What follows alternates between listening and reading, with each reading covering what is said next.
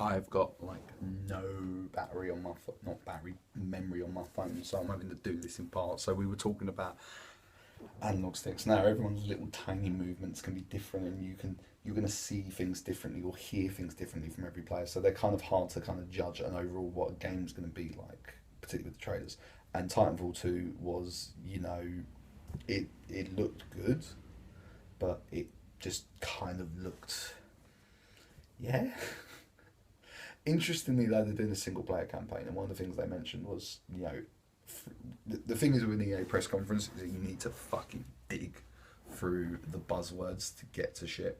And one of the things was that they mentioned was about they gave a single player campaign, which I think is a really cool thing because they mentioned about one, I like a good single player campaign in my first person shooters, and they mentioned about trying to do sort of an emotional connection and a narrative between the pilot and the actual mech itself.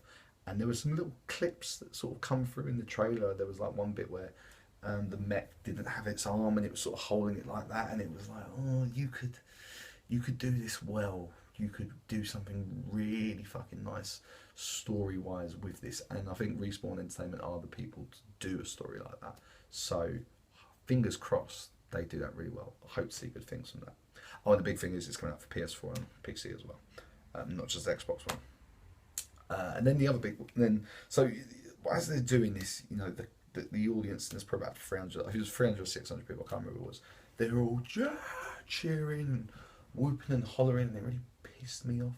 The next one that came up was Madden. It was Madden 2017. Now, big fan of the Madden series, love my American football, love the Madden games, and the disappointment that I had with that game was that the trailer they showed us, you could have smacked Madden 16, Madden 15, maybe 14's logo on that. Made no fucking difference. No difference. The only thing that they did show, they showed a punt kick getting blocked. Or was it a punt kick or a field goal? I think it was a punt. That was the only difference. That was kind of like, oh, okay, maybe these are going to be more frequent, which means these are going to be really fucking irritating online. But yeah, it was a pre-cut trailer. It didn't show anything. They didn't really talk about what they were doing differently. And you're just like, eh. But it sort of led into, for the UK audiences, that was the only part where no one cheered after that. Because they are really fucking fickle as an audience base. That it's like, given their dues, they won't cheer everything that EA does. They're like, we don't know this game, so we're not cheering for it. So yeah, I mean, I'm happy to see more of the game. I'd like to see some more of the game. I could have played the game. I could have fucking played it, but didn't have time. Wouldn't let me. Why? Because I had to sit through an hour-long press conference. Sit for an hour-long press conference and have an hour's time standing, just waiting to get in to watch the press conference to then to play the game. Anyway, but the big thing about Madden was they were talking about EA kind of wants to get into the whole competition, esports kind of thing. So they're bringing up these whole new tournaments that they're going to be doing with different levels. Kind of like there's going to be like the majors, which is going to be their big one. There's going to be a premium one, which is going to be sponsored by some of their partners, and there's going to be a sort of challenge one done by the community, because that was something they kept coming up with, the term the community. They kept coming up with that a lot throughout the thing, which brackets means we know you lot keep bitching about us, so we're going to pretend like we're doing things for you. I'm being so cynical at the moment. I'm in a bit of a bad mood. I'm not gonna lie. I fucking stood around waiting for 2 hours to play Battlefield 1. We'll get to that. So yeah, so it was kind of about competition gameplay and about the big thing that they're gonna have the next Madden tournament's gonna be like $1 million prize fund, which was quite big. And they showed the guys out in LA, like the 8 finalists for the last few rounds of the tournament. So that was alright. I mean, yeah, it was just kind of where it was. Again, it's interspersed with buzzwords and buzzwords. And then was the other thing that they announced at the time. They announced they're doing a charity drive.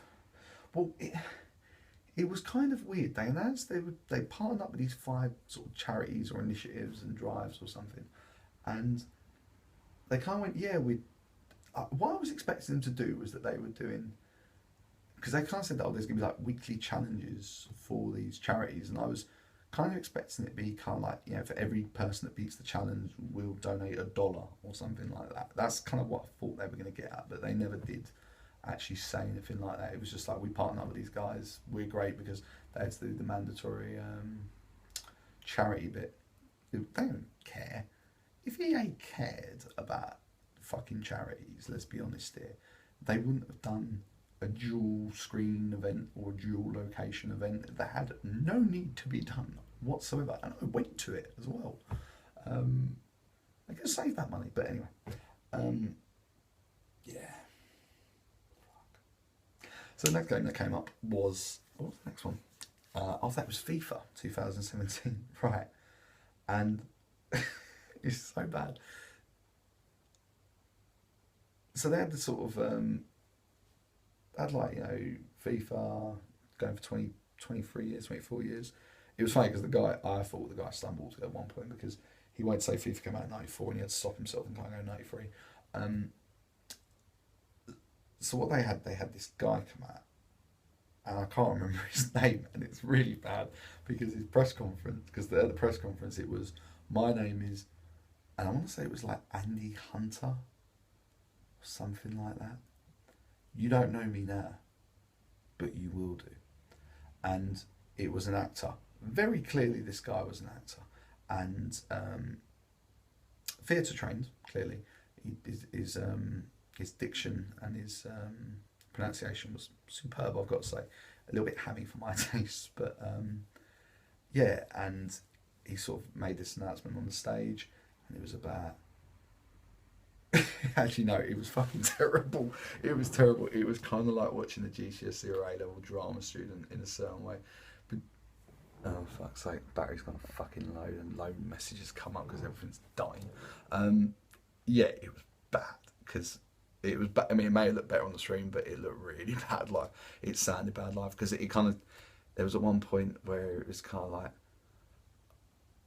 to play one day with 3 lions on my chest. It was just the way he said it. It just sounded so fucking cheesy and hammy.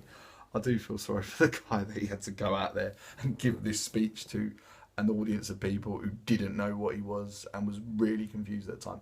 Anyway, what EA announced was for their new FIFA game, they are doing their first person campaign, their Legends mode. It's basically be the player.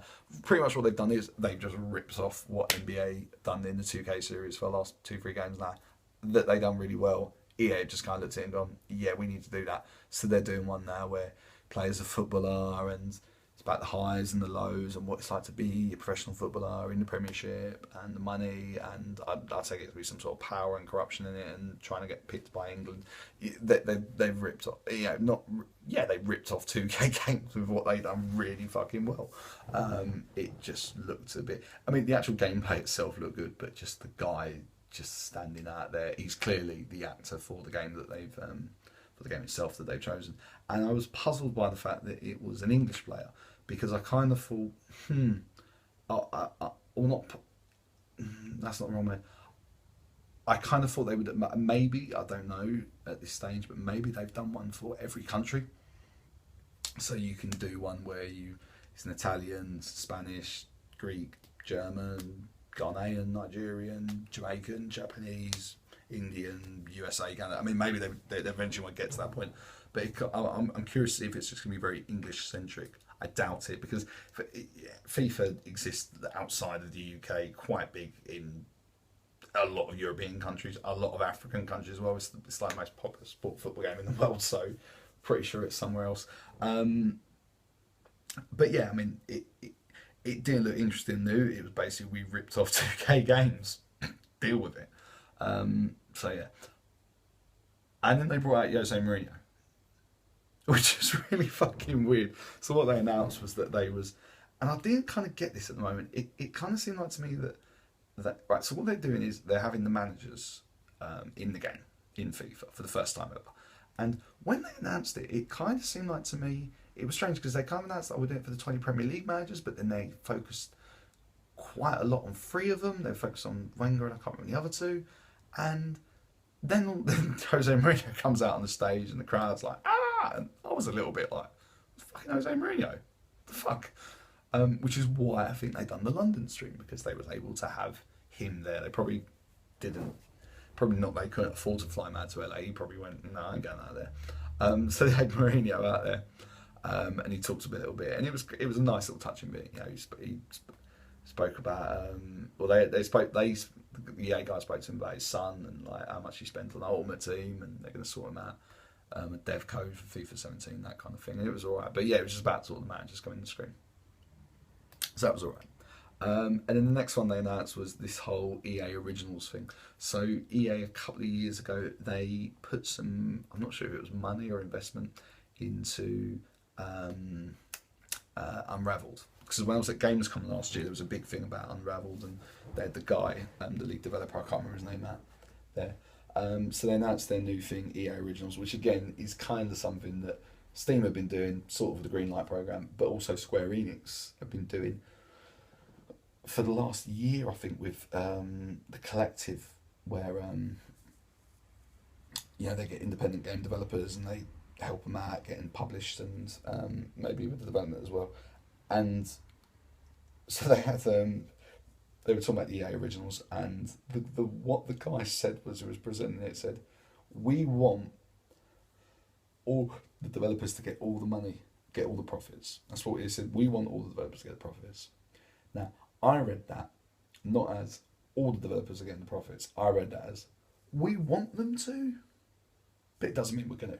Doesn't mean it's going to happen. I mean, we want them to, but it doesn't mean it's going to happen, because they didn't. That for me, it just was a little bit too open with we want them to get all the profits, as opposed to they are getting all the profits from the game. So yeah, EA's going to be doing some evil fucking shit there. You can see where it's coming. I mean, there's that famous book and so many articles written about EA's practices with their developers and what them guys go through. For them to kind of go, I think this is just a way of them getting some cheap indie talent to work for them for a bit and get something published. And then they announced their first one that's going to be released, a game called FE or Fear. I thought it was going to be Fear, but it was Fear. And what it's about is it kind of, at the moment, it kind of looks like one of them sort of 3D platformer art house games, and the whole big thing about it is going to be about sound and music to interact with these whimsical creatures in this forest world, and then there's these monsters of silence who are there to stop it. I don't know why I keep going like that. Monsters of silence there that are sort of the enemies. It looks quite good. I mean, I say it looked quite good. I mean, I'll be honest with you, if I would have been at a show and you would have shown me a load of indie games in development and this been one, I would have kind of at first glance kind of dismissed it a little bit and gone, it just kind of looks like a bit like an art house platform game. Next one. It didn't look too, it looked nice, but I mean, I've seen games look very nice but not have good gameplay. You've got to have the good gameplay, particularly if you're in sort of an indie art house style.